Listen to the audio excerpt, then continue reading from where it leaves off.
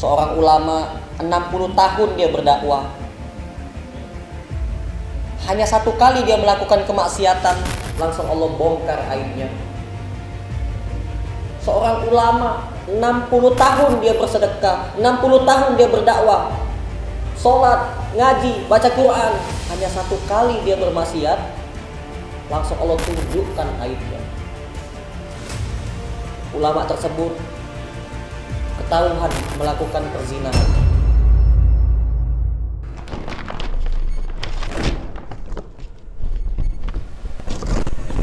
Adapun seorang wanita pelacur yang mana dia mengamalkan amalan yang sangat sederhana sekali. Dia memberi minum seekor anjing. Takdir perempuan itu masuk ke dalam surga hanya gara-gara memberi minum seekor anjing. Jangan pernah kita meremehkan suatu kebaikan. Kemaksiatan, kezoliman, keburukan, sekecil apapun akan ada balasannya. Sekecil apapun kebaikan akan ada balasannya. Ada orang yang bersedekah segunung Uhud, akan tetapi tidak mendapatkan apa-apa, malah dia berdosa. Ada orang bersedekah sedikit saja, akan tetapi Allah ampuni semua dosa-dosanya dan dia dimasukkan ke dalam surga. Seorang ulama 60 tahun dia berdakwah. Hanya satu kali dia melakukan kemaksiatan, langsung Allah bongkar aibnya.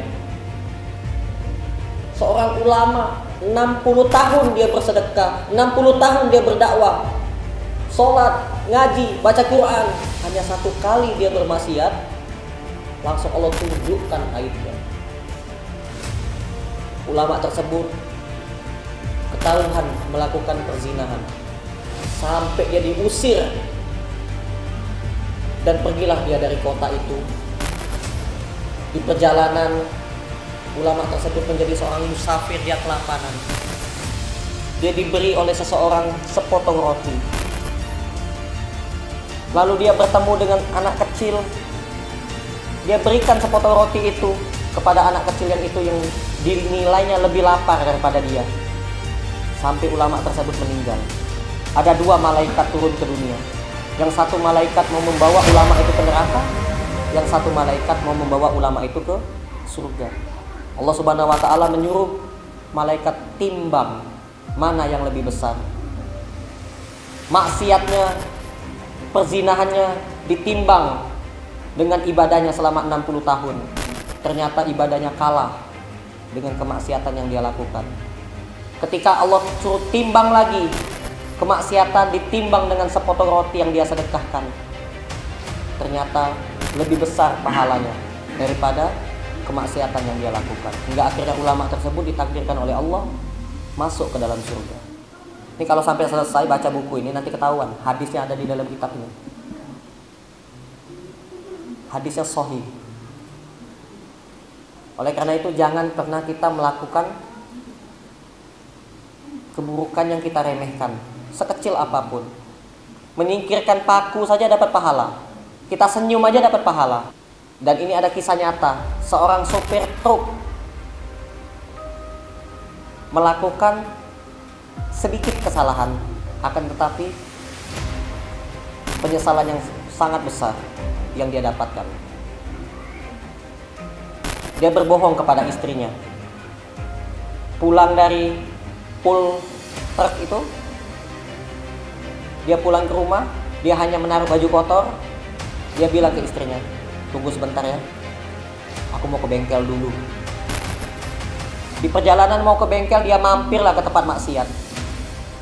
Dia masuk ke tempat maksiat, ada perempuan pezina menawarkan diri. Akhirnya dia tertarik. Kata perempuan itu, mas tunggu sebentar ya, saya mau mandi dulu, ini diminum dulu kopinya. Sambil menunggu perempuan itu, dia minum kopi. Baru seteguk minum kopi, tiba-tiba polisi datang. Di ruangan yang sepetak itu, dia digerebek oleh polisi. Ada seorang perempuan gak pakai pakaian sama sekali di dalam toilet. Ditanya, Kamu siapanya? Suaminya? Bukan. Ya udah. Mana KTP-nya? Ikut ke kantor. Dibawa oleh polisi. Berzina belum. Baru minum kopi seteguk.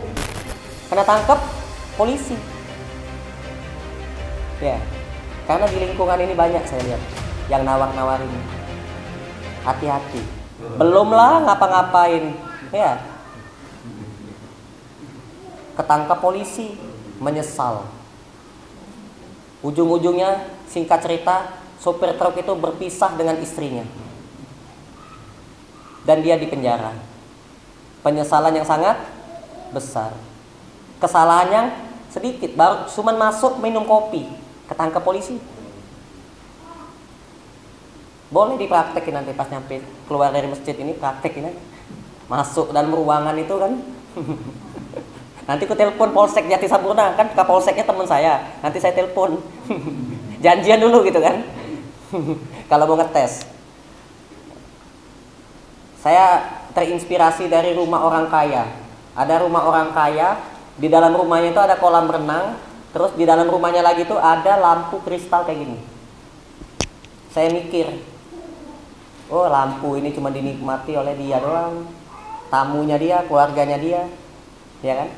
Ini kalau lampu di masjid, Masya Allah, dinikmati oleh jamaah masjid. Kolam renang itu juga sama. Kolam renang itu kalau dia ngundang anak yatim, ya Allah, besar sekali pahalanya.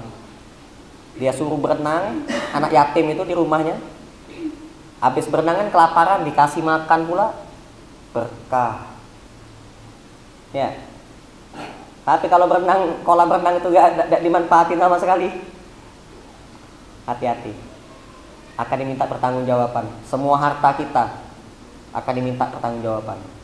Ini peci ini kalau ditanya oleh malaikat, yang nanya bukan polisi ya, yang nanya malaikat. Kalau nanya polisi masih bisa ngeles-ngeles dikit, bohong kan, kan?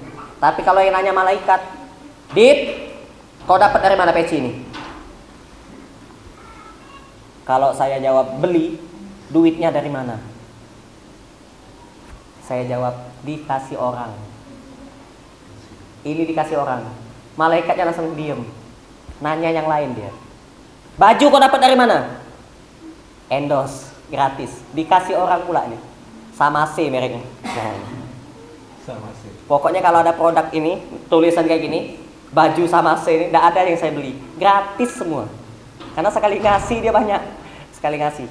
Namanya sama C. Nah, bahannya adem, harganya juga agak mahal dikit kan. Soalnya kualitasnya kan bagus. Peci ini saya dapat gratis. Baju gratis. Celana kau dapat dari mana? Ada yang ngirimi paket.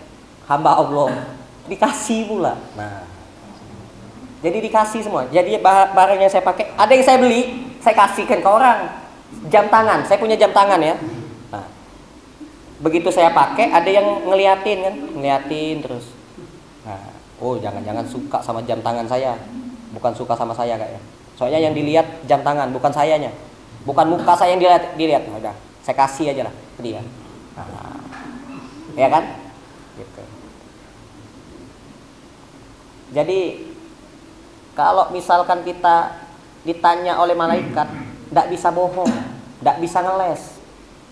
Kalau yang nanya polisi masih bisa ngeles, masih bisa berbohong, ujung-ujung ketahuan juga. Insya Allah rumah makan gratis nanti akan ada program, selain makan gratis akan ada program pendidikan gratis. Insya Allah. Bismillah. Itu cita-cita kita itu. Kita ingin punya sekolah gratis, pondok pesantren gratis, rumah tahfiz Quran gratis, kolam renang gratis. Bila pernah ada anak yatim seumur hidupnya tidak pernah tidur di hotel. Kutanya bapaknya kemana? Meninggal. Ibunya kemana? Kerja. Kerjanya di mana? Panti pijat. Kerjanya di mana? Di panti pijat. Nah terus kamu di sini ngapain? Main lato-lato. Tok tok tok tok tok tok tok tok tok. Saya bawa ke rumah tahfiz Quran, tidak mau.